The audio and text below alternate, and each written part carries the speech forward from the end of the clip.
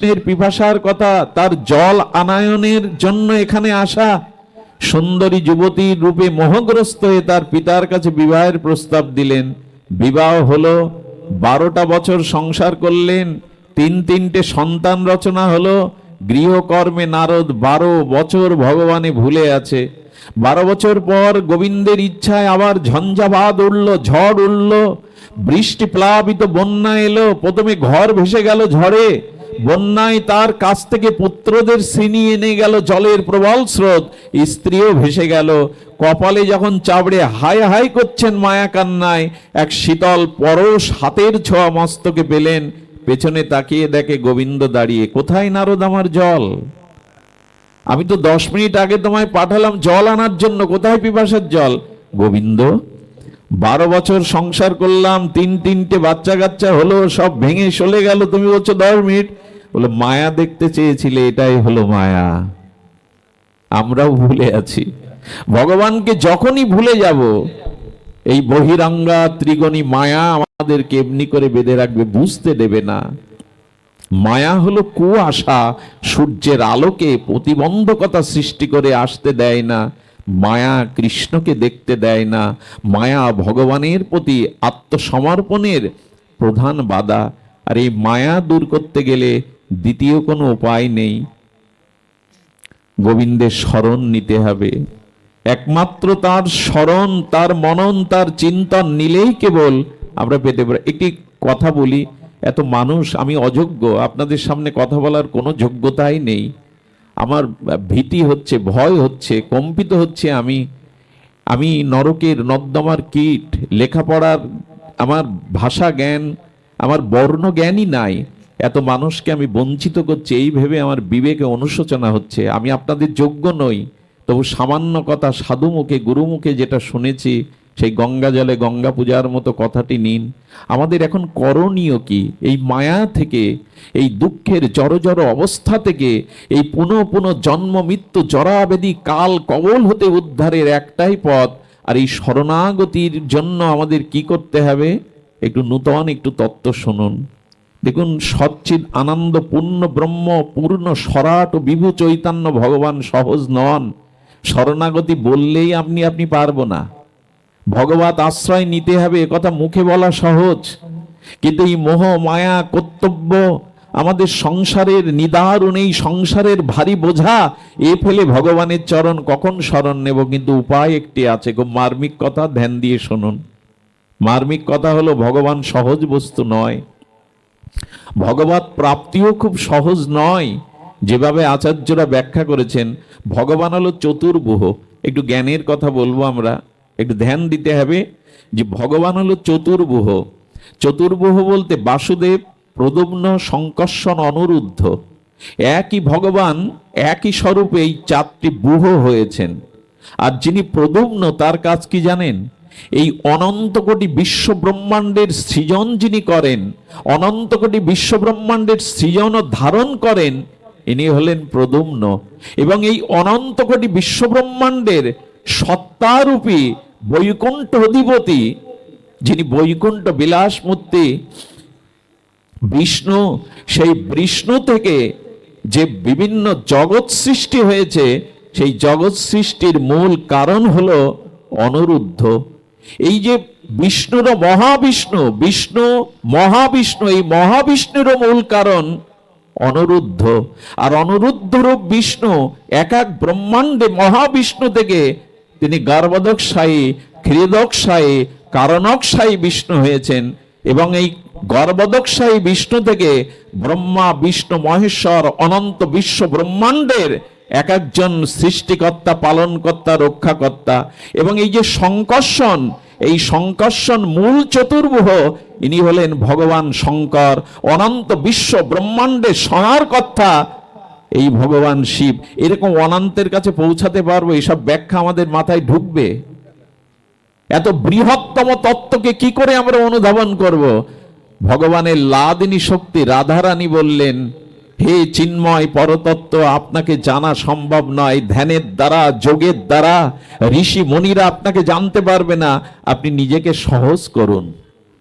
খুব ধ্যান দিন, রাধারানীর করুণায় তিনি বলছেন, হে পরতত্ত্ব, আপনি নিজেকে সহজ করুন।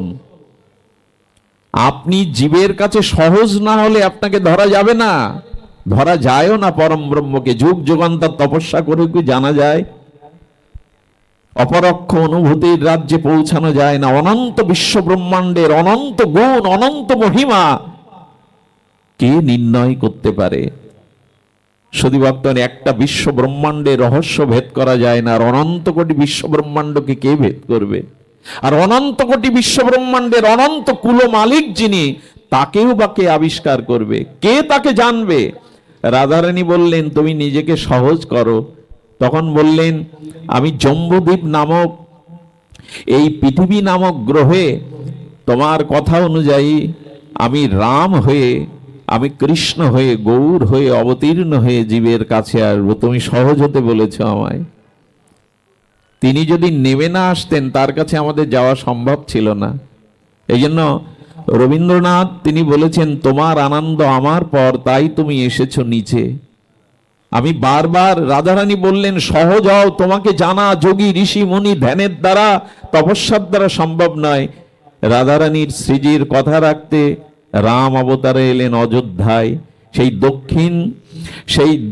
অযোধ্যা থেকে দক্ষিণে সাগর পর্যন্ত ভক্তি বিতরণ করলেন মর্যাদা পুরুষোত্তম রঘুপতি রামচন্দ্র চতুরংশে এসে। আর শ্যামরূপী গোবিন্দ কৃষ্ণ এলেন মথুরা মণ্ডলে। সেই মথুরা মণ্ডল থেকে, শ্রীধাম বৃন্দাবন থেকে তিনি পশ্চিম সাগর তীরে দ্বারকা পর্যন্ত লীলা বিলাস করলেন। এই বঙ্গ জননীর কোলে রাধা কৃষ্ণ মিলিত তনু গৌর এলেন, আর তিনি সরধ্বনির গঙ্গায় লীলা করলেন। সহজ হয়ে এলেন ভগবান, সেই নিরাকার নির্গুণ লীল ভগবান, আর সাকার হয়ে, সচ্চিদানন্দ হয়ে আমাদের মতো নররূপে আমাদের কাছে এলেন। এটা তার কম করুণা? নিরাকার ব্রহ্মকে আমরা পাবো কখনো? ধ্যানের দ্বারা নিরাকার ব্রহ্মকে আপনি পাবেন না। সেই অনন্ত অখণ্ড মায়ার উপরে, সপ্ত মায়ার স্তর ভেদ করে কোথায় বৈকুণ্ঠ, কোথায় বিরজা, আমরা সন্ধান পাবো না। ভগবান কৃপা করবার জন্য কেমন জানেন, যেমন পর্বত শৃঙ্গ থেকে ঝর্ণা নেমে আসে, পর্বতের উপরে ওটা সম্ভব, কিন্তু ঝর্ণা যখন ঝরঝর হয়ে শীতল শুদ্ধ জলধারায় আসে, আমরা ঝর্ণাকে অবগাহন করে পরিতৃপ্ত হতে পারি, শীতল হতে পারি। গোবিন্দ যেন বললেন, আমার কাছে তুমি না আসতে পারো, আমি তো তোমার কাছে যেতে পারি। তিনি আশ্রয় দেওয়ার জন্য, আমাকে করুণা করবার জন্য, কৃপা করবার জন্য সেই অনন্ত বিভু নিরাকার পরম ব্রহ্ম সাকার স্বরূপ সগন হয়ে, বাংলার অভাব ছিল, গঙ্গা কেঁদেছিল। গঙ্গা বলেছিল, তুমি সরজু নদীর তীরে এসেছো হে রাম, তুমি কৃষ্ণ হয়ে এলে যমুনার কোলে, কিন্তু বাংলার গঙ্গার কোলে তো তুমি এলে না।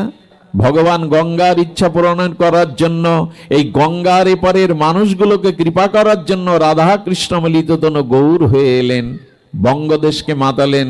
ভারতের গঙ্গা আমাদের পদ্মা, এই পদ্মার বুকে মহাপ্রভু এসেছিলেন। এই খেতুরে রাজশাহীতে মহাপ্রভু পরিকর নিয়ে এসেছিলেন। আর এই খেতুরের যেখানে প্রেমতলী নামক খ্যাত, এই রাজশাহীর খেতুরে প্রেমতলীর ঘাটে দাঁড়িয়ে আজানুলম্বিত ভুজ রাধা কৃষ্ণ মিলিত তনু পরম ব্রহ্ম, আস্তে আস্তে আস্তে পরম ব্রহ্ম কি করলেন? ডাকছে শ্রীকৃষ্ণ চৈতন্য পরতত্ত্ব, প্রেম পরতত্ত্ব সীমা ডাকছেন, নরু নরু, নরোত্তম নরোত্তম। গৌর ভক্তরা বলছে, প্রভু কাকে ডাকছে? নরু কারো নাম হয় নাকি? আর নরু যদি নাম হয়, তা প্রভু কাকে ডাকছেন? বিশ্বাস করুন, গৌরের করুণা, নরোত্তম ঠাকুর প্রেম ভক্তির মহারাজ তখনও জগতে আবির্ভূত হয়নি, জন্ম নেয়নি। মহাপ্রভু তাকে ডাকছেন নরু, নরোত্তম নরোত্তম। এই বলতে বলতে প্রভুর প্রেম বাড়ি দু চোখ দিয়ে ভেসে যাচ্ছে। আজও সেই স্থানটা আছে, আজও সেই স্থানটা বর্তমান খেতুরের প্রেমতলিতে একবার যাবেন, ওইখানে দাঁড়িয়ে চৈতন্য মহাপ্রভু প্রেমাশ্রুতে পদ্মার বুকে বিন্দু বিন্দু প্রেম অশ্রু ফেলছেন।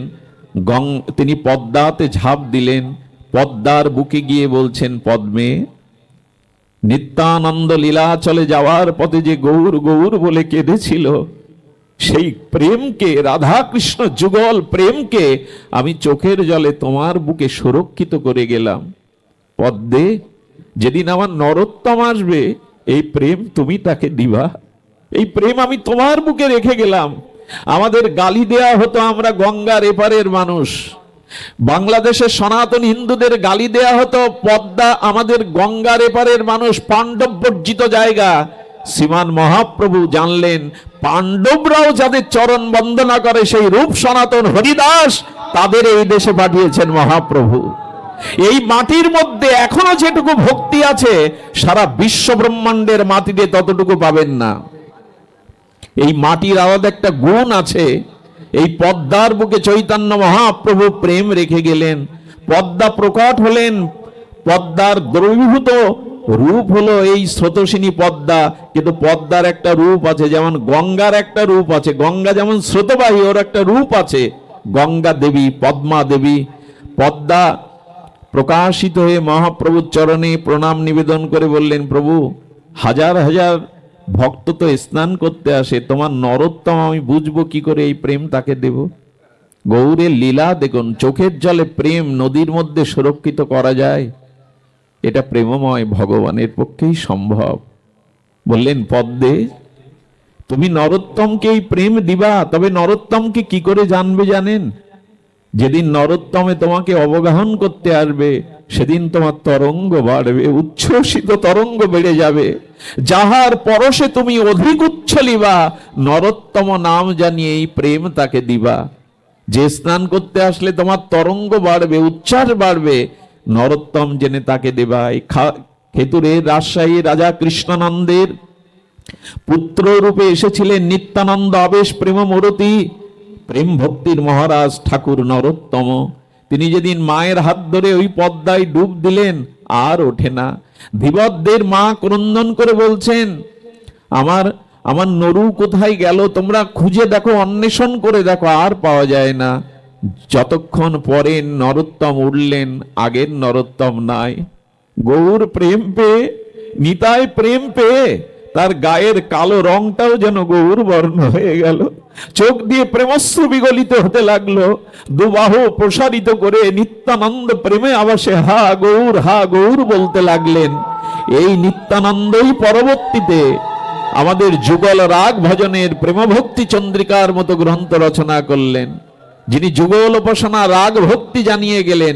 কে বলে আমাদের এদিকে প্রেম দেননি ভগবান? এই মাটিতেই তিনি প্রেম, এই গঙ্গা পদ্মাতেই তিনি প্রেম রেখে গেছেন।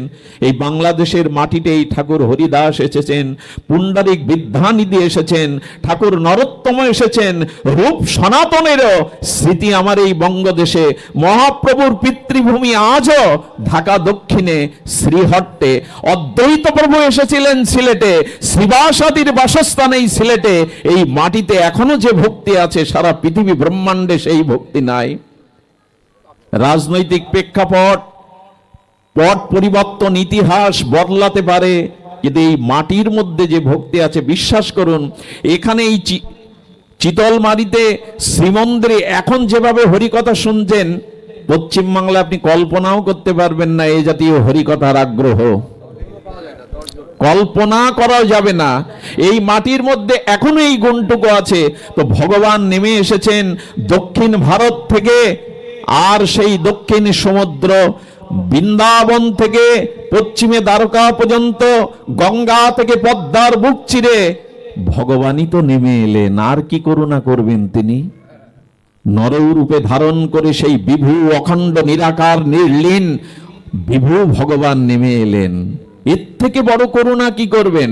কিন্তু রাধারানী বলে বসলেন, হে প্রভু, এভাবে করুণা করেও তুমি করুণা করতে পারোনি, কারণ গঙ্গার তীরে মানুষ তোমার লীলা পেয়েছে, প্রেম পেয়েছে। বৃন্দাবনের ব্রজবাসীরা তোমার প্রেম পেয়েছে, দ্বারকা মথুরাবাসী পেয়েছে, অযোধ্যাবাসী পেয়েছে, সরযূর তীরে পেয়েছে। কিন্তু সকলেই তো তোমায় পায়নি। সবাই তো বৃন্দাবনে জন্মায়নি, সবাই তো সরযূর অযোধ্যাতে জন্মায়নি, সবাই তো নবদ্বীপবাসী না। তুমি এবার কি কৃপা করবে? রাধারানীর করুণা দেখুন। রাধারানী গোবিন্দকে কোথায় নামাচ্ছেন, বলে আরো করুণা চাই তোমার। তুমি করুণার আধার হয়ে নেমে এসো, আপামর সকলে যাতে তোমায় পায়। গোবিন্দ তখন বললেন, হ্যাঁ এবার আমি করুণা করব। সেই করুণা দুই ভাবে নেমে এসেছে। খুব মার্মিক কথা, শুনতেই হবে হৃদয় দিয়ে। ভগবান রাধারানীর এই বিগলিত করুণার দ্বারা, আর রাধারানীও বলেছিলে, শোনো, তুমি যখন অন্তকৃষ্ণ বহির গৌর হয়ে যাবে, রাধা ভাবকান্তি নেবে। রাধারানী অন্ত কৃষ্ণকে রেখে বাহির গৌর রূপ নিয়েছিলেন, কান্তি নিয়েছিলেন। কেন জানেন? শ্যামসুন্দর, তোমাকে আমি করুণার আশ্রয় করে, করুণার সাগর করে, পতিত উদ্ধারণ করে সাজাবো। আর যখনই তুমি করুণা করতে যাবে, তখন নিবেদন হলো, তুমি এবার ভগবান হয়ে যেও না, ভক্ত হয়ে যাও। ভগবানকে দেখলে অনেক দূরত্ব মনে হয়, হয় না বাবা? ভগবান কোথায় আর আমি কোথায়, রাজা কোথায় আর প্রজা কোথায়? তো ভগবান, তুমি ভগবান হয়ে গেলে জীবের সাথে মিশতে পারবে না, সব জীবকে তুমি এমনি করে কৃপা করতে পারবে না। তাই রাধা রানী ভাব আর কান্তি দিলেন, আর কৃষ্ণকে বললেন, এবার ভগবান না, তুমি ভক্ত হয়ে যাও। এ করুণা যদি একবার হৃদয়ে অনুভব করেন, ভগবানকে ভালো না বেশে পারবেন না। এই জগতের অন্য কিছু আর আপনার মনে ধরবে না। ভগবান ভক্ত হতে যাবে কেন বলুন তো? ভগবানের কি দায় পড়ে গেছে? কারণ ভক্ত হলে কি করতে হবে জানেন? ভক্ত হলে ভক্তের আচরণে চোখের জল ফেলতে হবে। ভগবান কাঁদবে কেন? ভক্তই তো কাঁদে। আজ মহাপ্রভু ভক্ত হয়ে এলেন, ভগবান কেন ধুলাই গড়াগড়ি দেবে? সেই স্বর্ণ পর্বত কাঞ্চন অঙ্গ মহাপ্রভু ধুলাই গড়াচ্ছে। কত করুণা তার, কত করুণা শুনবেন। আজ ধুলাই গড়াচ্ছে। ভক্ত ভাব অঙ্গীকার করে এলেন অন্তকৃষ্ণ বহির গৌর, অনার্পিত চরিণ চিরাত করুণায় অবতীর্ণ কলহে। কেন জানেন? আমাদের মতো করে ভগবান বললেন, তুমি ভগবানের জন্য কাঁদতে শেখনি, তাই আমি এসে তোমাকে কান্না শেখাচ্ছি। এইভাবে কৃষ্ণ বলে কাঁদতে হয়। মহাপ্রভু গয়া থেকে ফিরে সারা রাত ঘুমাতেন না। খাট থেকে, পালঙ্ক থেকে মেঝেতে নেমে নখ দিয়ে মাটি খুঁড়তেন আর বিড় করে কি বলতেন। বিষ্ণুপ্রিয়া মাঝে মাঝে ভয় পেয়ে যেত, প্রভু এমন করছে কেন, বিড় করছে কেন? কখনো পালঙ্ক ছেড়ে নদীর তীরে গিয়ে রোদন করতেন, বাচ্চা ছেলের মতো ফুপিয়ে ফুপিয়ে গৌর কাঁদতেন। বিষ্ণুপ্রিয়া একদিন গভীর রাত্রে গিয়ে বলছে, কাঁদছো কেন তুমি? কি তোমার ব্যথা, কি তোমার যন্ত্রণা, প্রভু আমায় বলো। বিষ্ণুপ্রিয়াকে মহাপ্রভু বলেছিলেন, আমি এসেছিলাম জীবকে কৃষ্ণ প্রেম দেব বলে, জীবকে কৃষ্ণমুখী করব বলে। জীব তো ঘুমিয়ে আছে প্রিয়া, কেউ তো কৃষ্ণমুখী হলো না, কেউ তো প্রেম নিল না। বিষ্ণুপ্রিয়া তখন বলেছিলেন, প্রভু নিজে না কাঁদলে অন্যকে কাঁদানো যায় না, নিজে না মজলে অপরকে মজানো যায় না। তাই ভক্ত হয়ে, করুণার অবতার হয়ে যখন এসেছো, তুমি রাস্তায় রাস্তায় কাঁদো, আমি ঘরে বসে কাঁদবো, আর সচিমা নিমাই নিমাই বলে কাঁদবে। এই তিনজন শুধু সারা জীবন কাঁদবো, যাতে আমাদের কান্নার দ্বারা জীবের হৃদয় দ্রবীভূত হয়। এত বড় করুণা ভগবানের। নিজে কাঁদছেন কারণ ভক্ত হয়ে এসেছেন, ভক্তই তো ভগবানের জন্য কাঁদে। জীব জাগো, জীব জাগো বলে গোরা চাঁদ ডাকে। একদিন গদাধর পণ্ডিত গোস্বামীকে বলছেন, গদাধর আমার কি হয়েছে বলতে পারো? আমি আসতে গিয়ে গয়া থেকে আর দেখলাম সেই কিশোর শ্যামল বংশীধারী ত্রিভঙ্গটাম, সেই যে লুকিয়ে গেল আমার নয়ন সম্মুখতে, আর তাকে পেলাম না। গদাধর বলছেন, সে তো তোমার হৃদয়ে, তুমি পাগল হয়ে খুঁজছো কেন? নখ দিয়ে বুকে রক্তাক্ত করছেন গৌরহরি, কই আমার হৃদয়ে সেই শ্যামল মূর্তি কোথায়? ভক্তই তো এমন আচরণ করে দেখায় কিভাবে ভগবানকে পেতে হয়। এই জন্য ভগবান ভক্ত রূপে এলেন। আপনারা বিশ্বাস করবেন কিনা জানি না, পুরীধামে লীলা চলে শেষ 18 বছর মহাপ্রভু শুধু কান্নাই ছিল তার সার, বিরহ ছিল তার সার। প্রভুর কান্নায় খাল হয়ে গেছিল, মাটি কেটে খাল হয়ে গেছিল, জানেন, গর্ত হয়ে গেছিল। মহাপ্রভু যখন কাঁদছেন, সামনের মানুষগুলো পিস্কারি জলযন্ত্রের ন্যায় স্নান হয়ে যেত। বলি কি, তুমি এত কাঁদছো কেন ভগবান? বলে, ভক্ত হয়ে নিজে না কাঁদলে তো অপরকে কাঁদানো যায় না, নিজে না মজলে তো অপরকে মজা। আর কত করুণার ধারায় তিনি নেমে আসবেন। সারাটি জীবন তিনি সুখ জলাঞ্জলি দিলেন।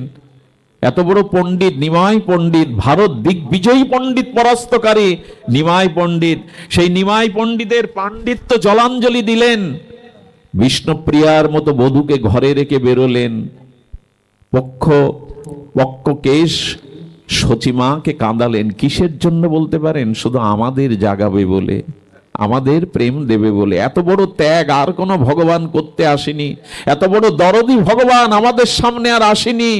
এজন্য যে যাই বলুক, চৈতন্য মহাপ্রভু এই বাংলার হিয়া অমিয় মতিয়া নিমাই ধরেছিল কায়া, এমন ভগবান আর আসবে না।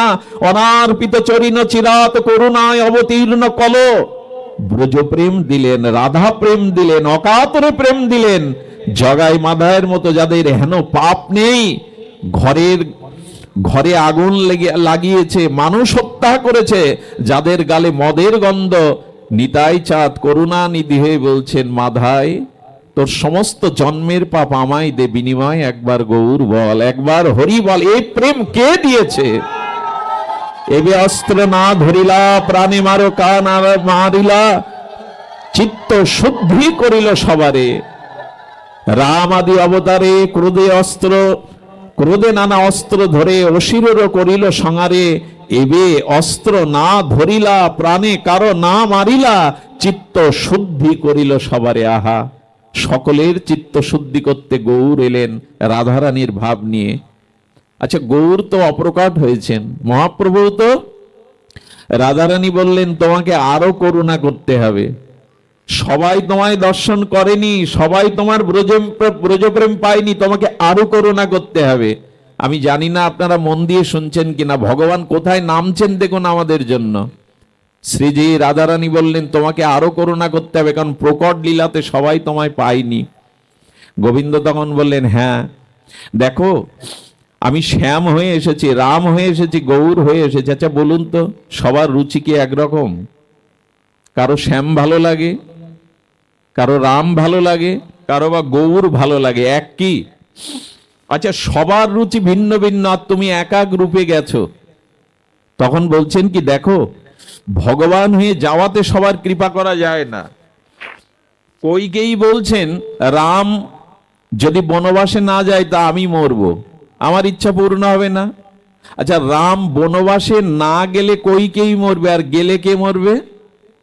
দশরথ মরবে। ভগবানেরও মাঝে মাঝে খুব সংকটে পড়ে যেতে হয়, বনে না গেলে কইকেই মরবে, আর বনে গেলে দশরথ মরবে। তো প্রভু সবার রুচি সমান নয়, তো তুমি এবার সকলের যাতে, আচ্ছা এক কাজ করো, তুমি তোমার মতো করে যদি যাও, তাহলে জীবের রুচিতে সবাই তোমাকে গ্রহণ করতে পারবে না। তুমি এক কাজ করো প্রভু, আহা, কথাটি হৃদয়ে লিখে রাখবার মতো। বলে, এক কাজ করো প্রভু, তুমি তোমার রুচিতে জগতে কৃপা করতে যেও না, তুমি ভক্তের রুচি অনুযায়ী নিজেকে প্রকাশ করো। এই কথাটা 100 বার শুনলেও নূতন মনে হবে। রাধারানী বলছেন, তুমি তোমার মতো রাম শ্যাম গৌর রূপে না গিয়ে ভক্তের রুচি অনুযায়ী যাও, যার যেমন রুচি। বললেন, সেই রুচি অনুযায়ী আমি এবার অবতীর্ণ হব, সেটা হলো বিগ্রহ রূপে। একটা কথা বলে যায়, সনাতন মূর্তি পূজা করে না, সনাতন পুতুল পূজা করে না।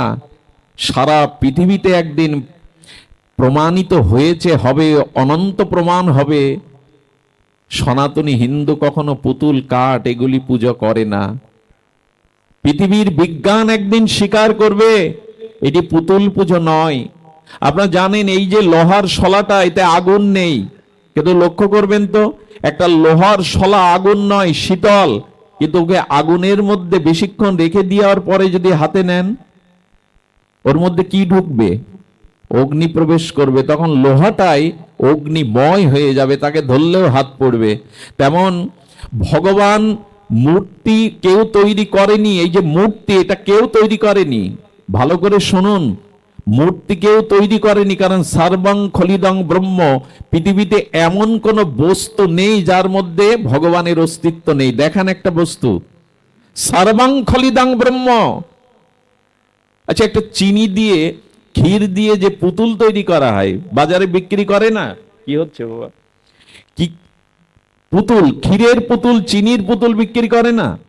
ছোট্ট বালিকা বলছে, বাবা আমি ওই চিনির পুতুল কিনবো। তো চিনির পুতুল কিনে দিলে হাত দেখছে, মাথা দেখছে, পা দেখছে। বলে বাবা এর মিষ্টি কোথায়? বাবা বলছে পাগল মেয়ে, ও তো ক্ষীর দিয়ে চিনি দিয়েই তৈরি, ওর যেখানে চুষবি হাত পা মাথা সবখানেই মিষ্টি। অনন্ত বিশ্ব ব্রহ্মাণ্ড ভগবানই তো রূপ নিয়েছেন, কোথায় নেই ভগবান? মূর্তি মানে প্রহ্লাদ মহারাজ স্তম্ভের মধ্যে নিঃসঙ্গকে প্রকাশ করালেন। আপনার আমার ক্ষমতা নেই, আপনার আমার ক্ষমতা নেই, কিন্তু বলা যাবে না যে মূর্তি কেউ তৈরি করেছে। মূর্তি তো ছিল, এই ভগবান তো সবখানেই ছিল। কিন্তু লোহাটা আগুনে দিলে যেমন লোহার মধ্যে অগ্নিধর্ম প্রবেশ করে, তেমন ভগবান আছেন, তাকে মন্ত্রের দ্বারা উপাসনার দ্বারা জাগালে তিনি সবার মধ্যেই প্রকট হতে পারেন। আচ্ছা, এমন একটা স্থান দেখাতে পারেন যেখানে পাপ করলে ভগবান সাক্ষী স্বরূপ থাকবে না, দেখতে পাবে না? দেখান না এমন একটা পৃথিবীর কোনো স্থান নেই। কোথায় তিনি? জল তো সবখানেই। আচ্ছা, আমাদের উপরে জল আছে কিনা? আকাশে জল আছে কিনা? নিচে জল আছে কিনা? আপনার ডাইনে জল আছে কিনা? বামে জল আছে কিনা? জল এইভাবে পাওয়া যাবে? ওপরে চাইলেই পাবেন, এখন হাত বাড়ালে পিপাসার জল, মাটির কাছে হাত পারলে পাবেন, ডাইনে বাঁয়ে দক্ষিণে পাবেন, অথচ জলময় পৃথিবী। জল আছে, তাকে আবিষ্কার করতে হবে, তাকে পাওয়ার কৌশল জানতে হবে। তেমন ভগবান সবখানেই আছে, তাকে উপাসনার দ্বারা, ভক্তির দ্বারা, মন্ত্রের দ্বারা, চেতনার দ্বারা জাগতে হবে। এই জন্য ভগবান বললেন, হ্যাঁ, ভক্ত যে রূপে আমায় চাবে আমি তার কাছে সেই অশ্বাবিগ্রহ মূর্তি রূপেই প্রকাশ হব। কিছু মনে করবেন না। সনাতনী মহাপ্রভু বলেছিলেন, সনাতন হিন্দুর ঘরে, যে ঘরে শ্রী ভগবানের বিগ্রহ নাই, শ্রী ভগবানের পট নাই, নিত্য তাকে উপাসনা, আরাধনা, সেবা নাই, সেটি গৃহ না, শ্মশান। এই জন্য সনাতনীদের এই বৈদিক মন্ত্র, আপনারা জানেন যে বৈদিক মন্ত্র দ্বারা এই অষ্টা বিগ্রহকে সাক্ষাৎ প্রকট করা হয়। কি বলে ওটা বিগ্রহ? এই জন্য গোবিন্দ বললেন, ভক্ত যে রূপে আমায় চাবে আমি সেই রূপেই বিগ্রহ রূপে সবার ঘরে ঘরে যাব। গৌর সবার ঘরে আসবে না, মহাপ্রভু সবার ঘরে আসবে না, নিতাই চাঁদ সকলের ঘরে আসবে না, আমার শ্যামসুন্দর সকলের ঘরে যাবে না, কিন্তু অষ্টা বিগ্রহ রূপে ভগবান সবার ঘরে যাওয়ার জন্য প্রস্তুত। আর কত করুণা করে আসবেন আমাদের কাছে। দুঃখের বিষয়, কিছু মনে করবেন না, একবার ঢাকাতে একটা পাঠ করতে গেলাম। তৎকালীন সময় 80 লাখ টাকা দিয়ে ফ্ল্যাট তৈরি করেছেন উনি। স্বামীজি মহারাজ ছিলেন। আমরা ঘুরছি, ঘুরতে ঘুরতে বলছি, বাবা আসল জায়গাটা কই, অর্থাৎ ঠাকুর ঘরটা? উনি বললেন, প্ল্যানের মধ্যে ঠিক ঠাকুর ঘরের প্ল্যানটা মনে ছিল না, সব হয়েছে কিন্তু তার রাখার জায়গা নেই। আজ হিন্দুর ঘরগুলোর এই অবস্থা, কোথায় মাচার তলে, কোথায় ঘরের কোণে, অবহেলায় তাকে রেখে দেওয়া। সকালে যে তুলসী পাতাটা, ফুলটা দিতে হয় চন্দন চর্চিত করে, দুপুরে সেটা তুলে নিয়ে চন্দন মুছে দিতে হয়। গিয়ে দেখুন ঠাকুরে কি দুরবস্থায় করে রাখা। কতকাল চন্দন দিতে দিতে চোখ মুখ ঢেকে গেছে, সেটা পরিচ্ছন্ন করে না। আমাদের দুর্দশার কারণ কি? সংসারগুলো এখন অশান্তির অনলে জ্বলবার কারণ কি? ভগবান বিগ্রহ রূপে আমার ঘরে আসতে চেয়েছেন, এসেছেন, কিন্তু আমি তাকে ভালোবাসতে পারলাম না। মানুষ আজকে এই সভ্য সমাজে ভৌতিক প্রযুক্তির উন্নতিতে আধা ঘন্টা খবরের কাগজ পড়ে প্রায় 50-60% লোক। যদি চায়ের সাথে সাথে আঞ্চলিক বা জাতীয় পেপার হয়, আধ ঘন্টা কাটিয়ে দেয়। কিন্তু ঠাকুর ঘরে গীতার একটা শ্লোক 5 মিনিট পড়ে না অনেকেই। কি করে নিজের কল্যাণ চান? কি করে নিজের উদ্ধার চান? হ্যাঁ, খবরের কাগজ আপনি পড়তে পারেন, বিশ্ব পরিস্থিতি, সামাজিক রাজনৈতিক পরিস্থিতি আপনার পড়ার অধিকার, আপনি সচেতন, কিন্তু নিজের উদ্ধার করাটা আপনার সচেতনতা না? ভগবানকে জানাটা আপনার দায়িত্ব না? এই জগতে আসা কি শুধু চাকরি বাকরি, বউ ছেলে মেয়ে, ভালো মন্দ খেয়ে বারবার জন্মানোর, বারবার মরার, বারবার কর্মফল ফলা? ভগবানের ভজনের জন্যই এই দেহটা। এই জগতে আসবার সর্বশ্রেষ্ঠ হয়ে ভগবানকে ভজন করে নিজেকে উদ্ধার করবার জন্য। এই জ্ঞান বিবেক ছাড়া, সাধু সঙ্গ ছাড়া হবে না। আমাদের মূল লক্ষ্য হলো ভগবত প্রাপ্তি। জং লব্ধা চাপরং লভং মন্নাতে নাধিকং তত যস্মিন স্থিত না দুঃখেন গুরুণাল্লপি বিলাসচত। জীবনের সর্বশ্রেষ্ঠ লাভ হলো ভগবানকে পাওয়া।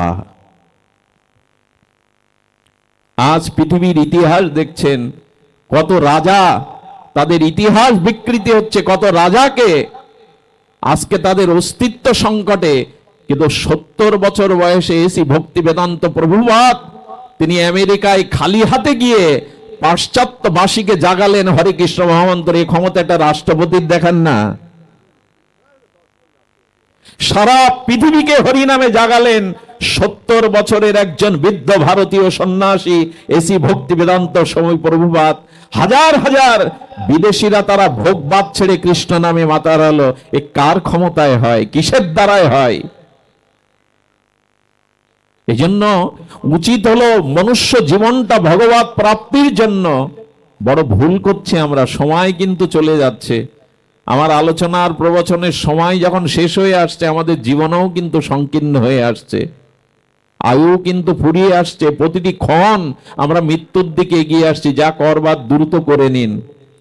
অনেক জন্ম হয়েছে, খাওয়া পড়া ভোগ কামনা বাসনা বহু জন্মে হয়েছে, পশু জন্মেও হয়েছে, কৃষ্ণ ভজন হয়নি। এবার সেই সুযোগটা ভগবান আপনাকে আমাকে দিয়েছে, কাজে লাগান। অশ্চ বিগ্রহ রূপে ভগবান ঘরে ঘরে এলেন। যদি মনে করেন কাঠ, কাঠ নয়। এক ব্যক্তি 3 ফুট একটা কালো পাথর এনেছেন, এসে বলছেন একটু শিব মূর্তি গড়িয়ে দাও তো। শিল্পী ছিলেন অনুভবী ভক্ত, বললেন উনি তো ভগবানই, ভগবান ছাড়া কোনো অস্তিত্ব নেই, উনি তো ভগবানই। আমি তো দেখছি পাথর, তুমি ভগবান দেখছো? বললো দেখুন ওর মধ্যে ভগবান আছেন, আমি আপনাকে দেখাবো। কি করলেন জানেন? নিন আর হাতুড়ি নিয়ে বললেন শিব গড়তে গিয়ে অশিব যে অংশটা আছে, অশিব, সেই অংশটা কেটে বাদ দিয়ে শিব মূর্তি গড়ালো। শিব তো ওর মধ্যেই ছিল, পাথরের মধ্যে। অশিব অংশটা কেটে বাদ দিল, শিব হয়ে গেল। ভগবান বললেন আমি সবখানে আছি, অনাচার ব্যভিচার পাপটা ছেড়ে দাও, আমি তোমার সামনে প্রকট হয়ে যাব।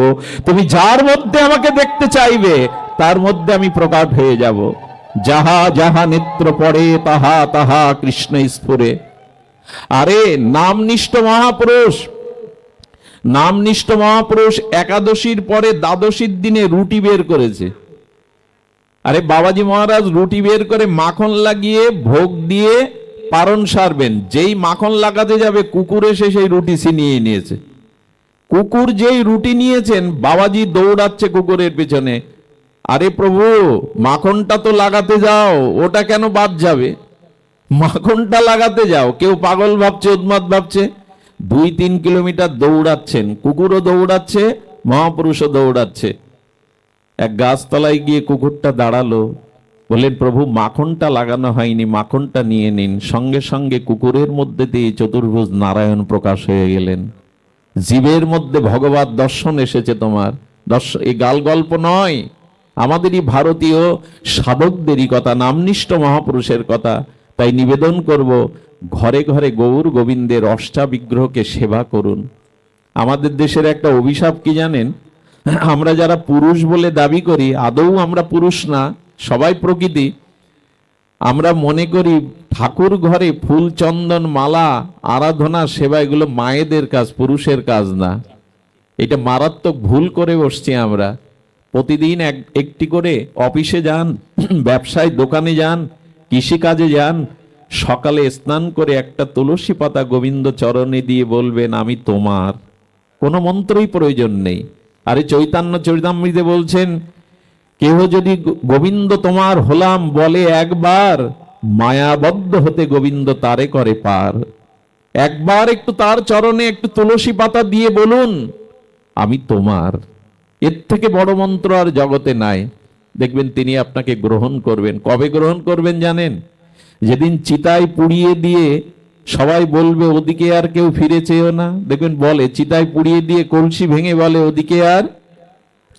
তখনই ওই ফুলমালা চন্দন যার চরণে দিয়ে বলেছিলেন তুমি আমার, সেদিন সেই ওপার থেকে একটি সঙ্গীত ভেসে আসবে। সেই দীনবন্ধু গোবিন্দ বলবেন আয় ঘরের ছেলে ঘরে আয়, আমি আছি এপারে। সবাই মুখ ফিরিয়ে নিলেও আমি আছি তোর পানে চেয়ে, আয় ঘরের ছেলে ঘরে আয়। এই দীনবন্ধুর একটু ফুল তুলসী তাকে একটু ভালোবাসবেন না? তাই আমি আপনাদের কাছে নিবেদন করব, যারা দীক্ষা নিয়েছেন এই দীক্ষার পরে কিন্তু একটু গোবিন্দে অর্চন না করলে তার দীক্ষা মন্ত্র ফলবতী হতে বিলম্ব হয়।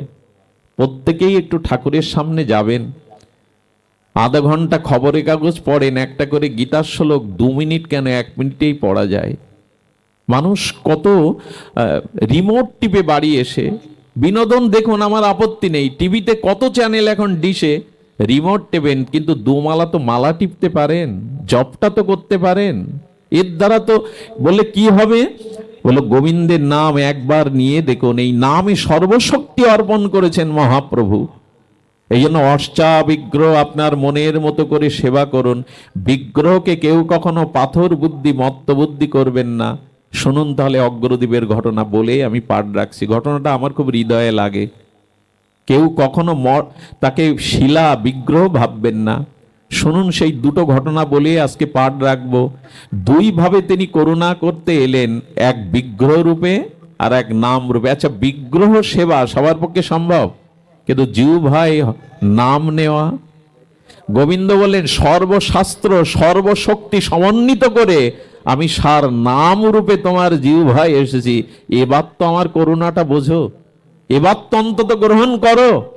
বিগ্রহ অর্চন যদি কঠিন হয়ে থাকে, আমি আরো নিচে নেমে এসে তোমার জিহ্বায় বসলাম। বলুন তো, কার মুখে যার বাক শক্তি আছে, কৃষ্ণ তো সবাই বলতে পারে। মহাপ্রভু বলেছিলেন, দেখো আমার থেকে আমার নাম বড়। বলে কি করে বুঝবো? বলে আমি নবদ্বীপে শচী সিন্ধু গর্ভ মাঝে আবির্ভূত হওয়ার আগে আমার নামকে আগে আবির্ভাব করিয়েছিলাম। আমার নাম আগে এসেছে, পরে আমি ভগবান এসেছি। বলে কিরকম? বলে মহাপ্রভু যেদিন এসেছিলেন ফাল্গুনী পূর্ণিমা তিথি, সেই দোলের উৎসবে, সেদিন ভারতবর্ষের মানুষ কি করেছিল জানেন? একে তো দোলের আবির রঙে রাঙা হয়ে গেছে, তারপরে মহাপ্রভু ইচ্ছা করলেই চন্দ্রগ্রহণ লাগিয়ে দিলেন।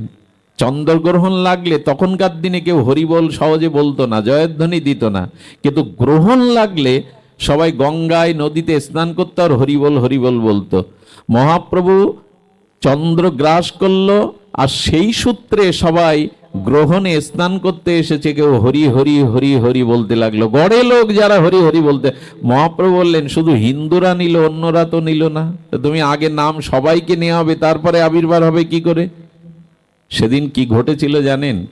সমস্ত হিন্দুরাই যখন হরি হরি করছে, উলোধ্বনি শঙ্করধ্বনি করছে, তখন অন্য জাতিরা বলছে ঠাট্টা করে, হিন্দুদের হলো কি, সব হরি হরি বলে কেন? ঠাট্টার ছলেও মহাপ্রভু তাদের হরি বলিয়ে নিলেন। আরে হিন্দুদের হলো কি, এরা সব হরি হরি বলে কেন আজ? মহাপ্রভু বললেন, ইশারায় ঠাট্টায়। আচ্ছা, হোমে মন্ত্রপুত করে যাজ্ঞিক ব্রাহ্মণ যে ঘি বিল্লপত্র দিচ্ছেন, সে পাতাটা জ্বলে। কেউ যদি মন্ত্র না বলে অসুচি অবস্থায় ওই অগ্নিতে পাতা দেয়, জ্বলবে না? নাম তুমি যেভাবে পারো একবার জিহ্বায় নাও, তার ক্রিয়া হবেই হবে, ক্রিয়া হবেই। এই জন্য ভগবান বললেন, জিহ্বা পর্যন্ত এসে গেছি, কোনো সামর্থ্যের দরকার নেই, কোনো সূচি অসুচি সময়ের দরকার নেই। এবার অন্তত বলো, এর পরেও কি বাকি থাকবো? এর পরেও জন্ম মৃত্যু মায়াকে এইভাবে বরণ করে নেব? এত কৃপা করে আমার জিহ্বা পর্যন্ত এসে গেলেন। আমার কানে না চাইলেই তো হরিনাম মাঝে মাঝে আসে। এত করুণা করলেন, কিন্তু করুণার পাত্র হলাম কই? আজ এটুকুই বলছিলাম যে বিগ্রহ সাধারণ নয়, নাম সাধারণ নয়। আমি দুটো দৃষ্টান্ত দিয়েই পাঠ বিশ্রাম রাখবো। আমাদের অগ্রদ্বীপে একটু যাবেন, নবদ্বীপ দর্শনে যখন যান, গঙ্গাটা পার হলেই অগ্রদ্বীপ। এখানে ঘোষ ঠাকুরের শ্রীপাঠ। ঘোষ ঠাকুর মানে আমাদের গোপীনাথ বিগ্রহের জন্য যিনি বিখ্যাত, গোবিন্দ ঘোষ। এই গোবিন্দ ঘোষ মহাপ্রভুর সেবক ছিলেন, কিন্তু মহাপ্রভু তাকে যে কোনো কারণে সংসারে পাঠিয়ে বলেছিলেন, আমি তোমার ঘরে যাব। একদিন নদীতে স্নান করতে গিয়ে দেখছে একটা পোড়া কালো কাঠ এসে আর গোবিন্দ ঘোষের বুকে লাগছে। উনি পোড়া শ্মশানের কাঠটা হবে ভেবে সরিয়ে দিলে আবার আসছে। 3 বার যখন সরাতে গেলে উনি কুলে তীরে ছুঁড়ে ফেলে দিলেন। রাত্রে গোবিন্দ বললেন, কি গো, আমি তো তোমার কাছে ভেসে ভেসে এলাম, তুমি ফেলে দিলে আমায়? দৌড়ে স্বপ্নভঙ্গের পরে উঠে দেখে সেই মাটির চরে পড়ে আছে গোপীনাথ বিগ্রহ, অপূর্ব মনোরম গোপীনাথ বিগ্রহ। অভিষেক করলেন, প্রতিষ্ঠা করলেন ঘোষ ঠাকুর। বিবাহ করেছিলেন, একটা পুত্র সন্তানও ছিল। প্রথমে স্ত্রী মারা গেল, শিশু সন্তানটাও মারা গেল। বলুন তো, সহ্য হয়? গোবিন্দকে, গোবিন্দ ঘোষ গোপীনাথকে বাৎসল্য প্রেমে ভালোবাসে, সন্তান জ্ঞানে। যেদিন পুত্র মারা গেল না, পুত্র শোকে ঠাকুরের দরজা, মন্দিরের দরজা বন্ধ করে দরজার চৌকাঠে মাথা দিয়ে 3 দিন না খেয়ে পড়েছিল। ডুবরে ডুবরে কাঁদছে আর বলছে, ও কেড়ে নিলে এই জন্য? আমার গালে জল কেউ দেবে না, আমার তর্পণ শ্রাদ্ধদি কেউ করবে না, আমি যাতে পতিত হই? তোমাকে ভালোবেসে স্ত্রী কেড়ে নিয়েছো, আমি কিছু বলিনি। শিশুপুত্রটাকে কেন কাড়লেন বুক থেকে? তুমি নিষ্ঠুর, তোমার সেবা আমি করব না। ভালোবাসা না থাকলে এরকম অভিমান কারো প্রতি করা যায়? রাস্তার লোক ডেকে কেউ অভিমান করে? অনুরাগ থাকলেই তো অভিমান আসে। শুনুন, কাঠ নয়, শিলা নয়, পাথর নয়, 3 দিনের মাথায় গোপীনাথ প্রকট হয়ে মাথার কাছে এসে বললেন, বাবা ওঠো, আমাকে খেতে দাও, আমি 3 দিন কিছু খাইনি। ওই তন্দ্রাশ্চন্য চোখে গোবিন্দ বলছে, লজ্জা করে না আমায় বাবা বলে ডাকতে? বেরিয়ে যাও, তুমি নিষ্ঠুর, কে তোমার সেবা করবে, বেরিয়ে যাও। গোবিন্দ স্বয়ং তখন বললেন, বাবা একটা প্রশ্নের উত্তর দাও তো। আচ্ছা, কারো পিতার যদি 2টি সন্তান থাকে, একটি সন্তান মারা গেলে আরেকটি সন্তানকে 3 দিন কি না খাইয়ে রাখে কোনো পিতা মাতা? তোমার যদি 2টি সন্তান হই আমরা, এক সন্তান চলে গেলে আমাকে কেন 3 দিন না খাইয়ে রেখেছো? ওঠো, খেতে দাও। গোবিন্দ ঘোষ তখন সুযোগ পেয়ে বললেন, বাবা বলছো? হ্যাঁ, বাবা বলছো, পারবে? পারবে পুত্রের কর্তব্য করতে পারবে? পুত্র বেঁচে থাকলে পিতার জন্য যা করতে করতে পারবে তুমি? গোবিন্দ বললেন, আমি যার দায়িত্ব নেই চিরদিন দায়িত্ব নেই, আমি যার দায়িত্ব নেই 16 আনা দায়িত্ব পালন করি। তুমি ভেবো না। আচ্ছা, তুমি আমার পুত্রকে কেড়ে নিলে কেন? এই জবাবটা দাও তো। যে জবাব দিয়েছিলেন তা বড় মর্মস্পর্শী। গোবিন্দ বলেছিলেন, আমি সব সহ্য করতে পারি, আমার ভালোবাসাটা ভাগ হয়ে যাক এটা আমি মেনে নিতে পারি না। আমি চাই তোমার সম্পূর্ণ ভালোবাসাটা আমায় দাও। যা কিছু অনুরাগ প্রীতি ভালোবাসা আমায় দাও, অন্যখানে ভালোবাসা দিলে ঠকে যাবে। মানুষ জীবনে যত আঘাত পেয়েছে কাউকে বিশ্বাস করে ভালোবেসেই। আকাশ থেকে কেউ ব্যথা দিতে আসে না, ঘরের মানুষরাই ব্যথা দেয়। ভগবান বললেন, এদের প্রতি কর্তব্য করো স্ত্রী পুত্র পরিজনের, কিন্তু ভালোবাসাটা আমাকে ছাড়া অন্য কাউকে দিতে যেও না, ঠকে যাবে। সবার প্রতি দায়িত্ব নাও, কর্তব্য পালন করো, তারা তোমার উপর নির্ভরশীল, কিন্তু ভালোবাসা যাকে তাকে দিও না। ভালোবাসা সাধারণ জিনিস না। একটা দার্শনিক কথা বলি, পুত্র যখন মারা যায়, চিতায় যখন পুত্রের লাশ জ্বলে, ওই নদীর তীরে পিতা যখন দেখে পুত্রের লাশ জ্বলছে চিতায়, তখন ওই পুত্রের প্রতি যে ভালোবাসাটা মনে মনে ছিল, পিতা কি বলে জানেন? ওই ভালোবাসা বুকের ভেতর থেকে তখন বিদ্রোহ করে। বড় দার্শনিক কথা, ভালোবাসা মাঝে মাঝে বিদ্রোহ করে। বিদ্রোহ করে কি বলে জানেন? ভালোবাসা বলছে ওই পুত্র হারা পিতাকে, আমাকে তুমি আমার জায়গায় নিয়োগ দাওনি, আমি চেয়েছিলাম গোবিন্দকে ভালোবাসতে, ভগবানকে ভালোবাসতে, সেই ভালোবাসাটা পুত্রকে দিয়েছিলে, তাই আজ প্রতিশোধ নিলাম। কি বলে জানেন সেই প্রতিশোধের ভাষা? পুত্র মারা গেলে পিতা বলে, আর কাউকে ভালো বলে না, ডুবরে কাঁদে আর বলে, এ জগতে আর কাউকে ভালো। ভালোবাসাটা ভগবানের দিকে যেতে চায়। জলটা যেমন গড়িয়ে গড়িয়ে নদীর দিকে, সাগরের দিকে যেতে চায়, আমরা আটকে দেই।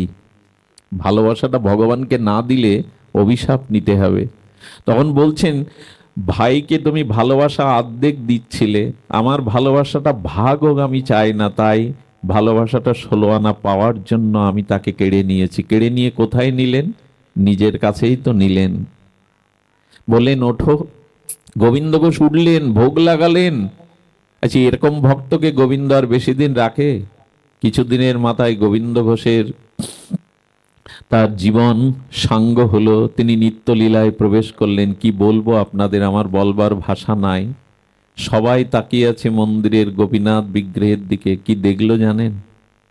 অগ্রদ্বীপবাসী দেখলো গোবিন্দ সাদা কাপড় পরেছেন, হাতে একটা লাঠি নিয়েছেন, আর পূজারীকে বললেন, আমার বাবা মারা গেছে, আজ থেকে হবিষণ্য দিয়ে যাবে আমার মন্দিরে। শ্রাদ্ধের দিন গোবিন্দ নিজে মন্দির থেকে বেরিয়ে এই রাজসিক তর্পণ কর্মও করেছিলেন পিতার জন্য। ৬০০ বছর ধরে অগ্রদ্বীপে, আজও গোবিন্দ ঘোষের মহোৎসব নিজের পুত্র বেঁচে থাকলে ৬০০ বছর ধরে কোনো পিতার মহোৎসব হয়? তাকে ভালোবাসাটা ব্যর্থ নয়, তিনি দায়িত্ব নিতে পারেন। এই জন্য তাকে কাঠ পাথর মনে করবেন না। আপনাদের মনে পড়ে সেই কথা, আমাদের উত্তর ভারতে একটা 14 বছরের কিশোরী মেয়ে সাধুমুখে শুনেছিলেন তার শিলা, তার নারায়ণ শিলা সেবিত বিগ্রহ অর্চন করে বলেছিলেন এটাই ভগবান। দুধ মাখাতেন, ঘি মাখাতেন, অর্চন করতেন, অভিষেক করতেন, চরণামৃত পেতেন। ওই কিশোরী ধীরে ধীরে ধীরে ধীরে বিগ্রহ ভালোবেসে ফেললো। সাধু যখন চলে যায়, সাধুর চরণ জড়িয়ে দিয়ে বললে তোমার ভগবানকে আমায় দিয়ে দাও, আজ থেকে আমি সেবা করব। বললেন মা আমার সেবিত বিগ্রহ তো কাউকে দিতে পারবো না। বললেন তাহলে কিন্তু আমি বাঁচবো না, আমাকে বিগ্রহ দিতেই হবে, ভগবান দিতে হবে। ওর শ্রদ্ধা বিশ্বাস দেখে রাস্তার থেকে একটা কালো পাথর কুড়িয়ে জল দিয়ে ধুয়ে শিশু মনকে বোঝাবে বলে বললেন এই নে আজ থেকে এই তোর ভগবান। বলে আমার ভগবানের নাম কি? বলেন গোবিন্দ নাম তো দেওয়া যাবে না, রাম নাম তো দেওয়া যায় না, কারণ অভিষেক তো হয়নি। অভিষেক করেই তো নামকরণ করতে হয় বিগ্রহের। তখন বললেন তোর ভগবানের নাম শিল পিল্লে। শিল মানে পাথর, আর পিল্লে মানে নোড়া। পাথরের নোড়াকে উত্তর ভারতীয়রা শিল পিল্লে বলে। বলে তোর বিগ্রহের নাম শিল পিল্লে ভগবান। ওই যে বিশ্বাস করে বসলো, খাওয়ায় দাওয়ায়, স্নান করায়, মালা পরায়, ফুল পরায়, শোয়ার সময় বুকের মধ্যে নিয়ে সই কিশোরী। 1 বছর সেবা করতে করতে বিয়ে হলো, শ্বশুর বাড়ি যাচ্ছে কিন্তু বিগ্রহ বুকে চেপে। স্বামী ছিল ভগবত বিমুখ নাস্তিক, দেখছে স্ত্রী বুকে চেপে ধরে ধরে, তার অন্যদিকে দৃষ্টি নেই, ওর জন্যই কাঁদছে। নদী পার হতে গিয়ে ছোট একটা নদী দেখে ওই বিগ্রহ বুক থেকে কেড়ে নদীতে ফেলে দিল। নাস্তিক তো, তার তো বিশ্বাস নেই। মেয়েটা ঘরে দৌড় দিয়ে শ্বশুর বাড়িতে 2 দিন মুখে জলও দেয়নি, ডুবরে কাঁদছে। শ্বশুর ছিলেন শিক্ষিত বুদ্ধিমান। ঘটনা জানার পরে বলছেন মা অন্যায় হয়েছে তোমার প্রতি, এখন কি করতে পারি? বললেন আমার ভগবান যদি না আসে আমি এইভাবেই এখানেই দেহ ত্যাগ করব, আমার ঠাকুরকে এনে দিন, তাকে ছাড়া বাঁচব না। বুদ্ধিমান করলেন কি, নদীটা ছোট বলে মা আমি ধীবরকে ডাকছি, জাল নিয়ে ডাকছি শত শত ধীবরকে, দেখি ওটা পাওয়া যায় কিনা। জাল টানছে আর স্বামী হেসে হেসে বলছে এই নাস্তিক, ভগবান যদি এত হবে তোমার, এত যদি ভালোবাসো, বলো না ভগবানকে তোমার কাছে আসতে, ভেসে আসুক তোমার কাছে। যেই না বলেছে, এই বধূ আঁচল পেতে নদীর তীরে গিয়ে বলছেন হে শিল্পিল্লে, হে প্রাণপ্রভু, তুমি এসো আমার কাছে, তুমি ছাড়া তুমি বাঁচবও না, এসো না আমার কাছে। বারবার চোখের জলে আহ্বান করলে কি ঘটলো জানেন? নদীর স্রোত উল্টে বইতে লাগলো, স্রোতের উপরে তরঙ্গায়িত হয়ে শিল্পিল্লে ভগবান তার আঁচলে এঁটে উঠল। আঁচল ভরে গোবিন্দ জানালেন আমার ভক্তের ডাকে আমি সর্বদাই আসি। স্তম্ভিত হয়ে গেল।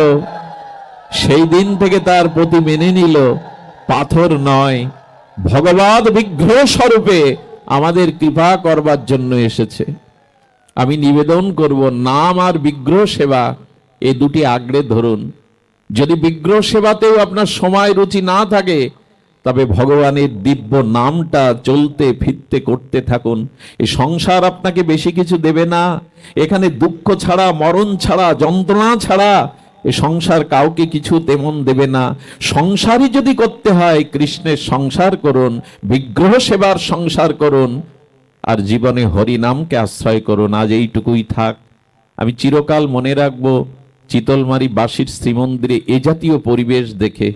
আমি আপনাদের মনে হয় প্রত্যেকের চরণ ধুলি যদি আপনাদের চরণে গিয়ে মাখতে পারতাম আমার অঙ্গে, আমি ধন্য হতে পারতাম। সবাইকে প্রণাম, সবাইকে দণ্ডবত, সবাই ভগবতমুখী হন, এই প্রার্থনা করে আজকের মতো হরি কথার এখানেই পূর্ণ বিশ্রাম। আমি 20 ফেব্রুয়ারি রোজ বৃহস্পতিবার ভাগবতীয় আলোচনা